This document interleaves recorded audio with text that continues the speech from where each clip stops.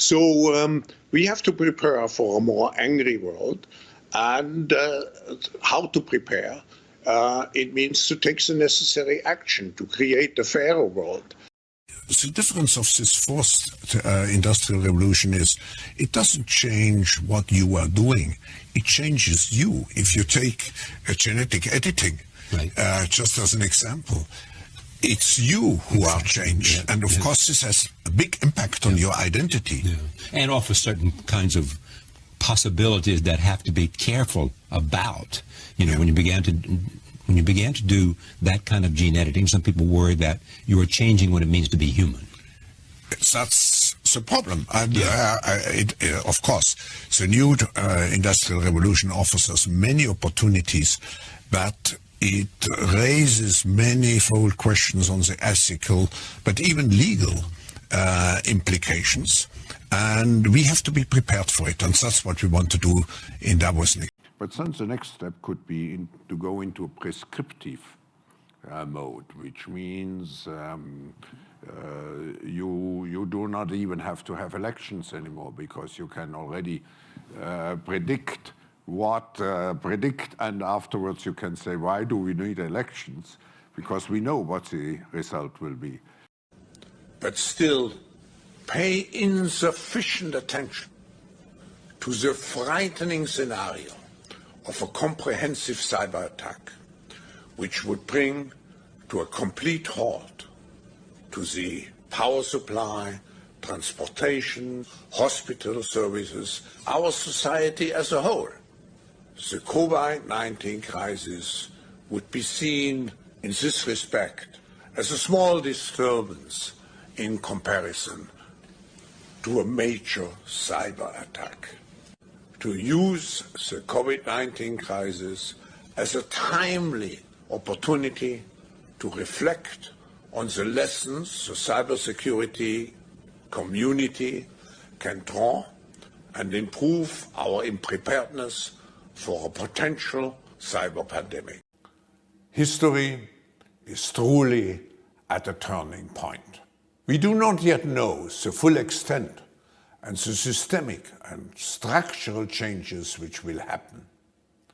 However, we do know that global energy systems, food systems, and supply chains will be deeply affected. In times of crisis, the role of governments is more important and more relevant than ever.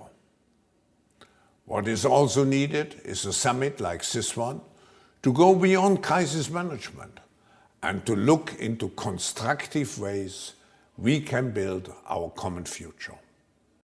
When I mention now names like Mrs. Merkel, even Vladimir Putin and so on, they all have been young global leaders of the World Economic Forum. Mm-hmm. But what we are very proud of now is the young generation, like Prime Minister Trudeau, President of Argentina and so on, that we penetrate the cabinets.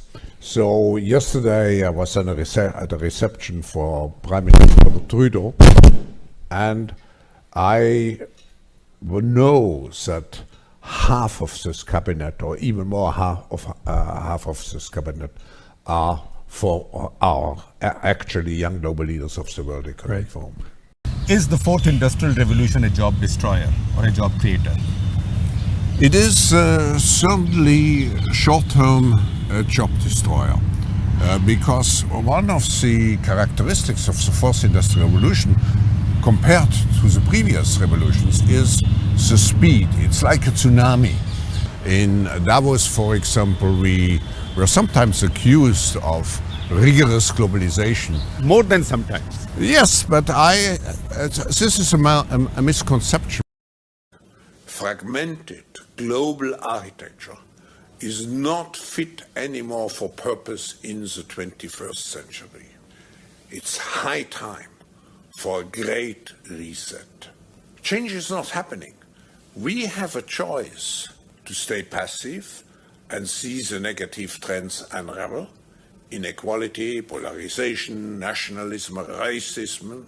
If we do not stop those trends, will lead to a post-corona world that definitively is less sustainable, less equal, and much more fragile. The fourth industrial revolution is a combination of technological breakthroughs which will completely change business models, society, economies. Fourth industrial revolution is coming with enormous speed and will change not only what we are doing, but who we are. The second difference of the fourth industrial revolution is that it is not just one technology. People say sometimes, yes, it's a digital revolution. No, it's not just a digital revolution. It is many other areas. It's brain research, nanotechnology, and I could go on and on. The life sciences and so on. It's a fusion of the physical, the digital, and the biological world. That's really the essence of the fourth industrial revolution. Now, the third change is the fact that it is a systems revolution. It is not so much a product revolution where you bring out new products or create new services. It is changing existing systems. Just think of Uber or Airbnb or of shared economy. It is not a new product, I repeat, but it's a system as such which is changed. It doesn't just change what we are doing. If you look at the first three revolutions, it made us more productive, it helped us to communicate faster, to communicate with more people, to help us in our consumption patterns and so on. But the fourth industrial revolution is actually changing ourselves. It's changing not only what we are doing, it's changing who we are. Who will really command the fourth industrial revolution and its technology like artificial intelligence? What's your sense of who's best placed at this time to lead the world into the fourth industrial revolution? Because you pretty much created this term. We're seeing the kind of technological strides that China has made with Huawei, with the 5G technology. Do you believe that this could potentially be China's time once again? We should make here again let's say a differentiation. On the one hand, we have state capitalism.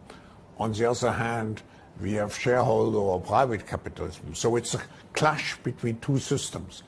I believe that state capitalism in the short term provides certain advantages because you can mobilize in a concentrated way a lot of resources to reach a specific objective. But I believe that the future is not state capitalism or shareholder capitalism. The future is what I call stakeholder capitalism, which is combined with the social responsibility.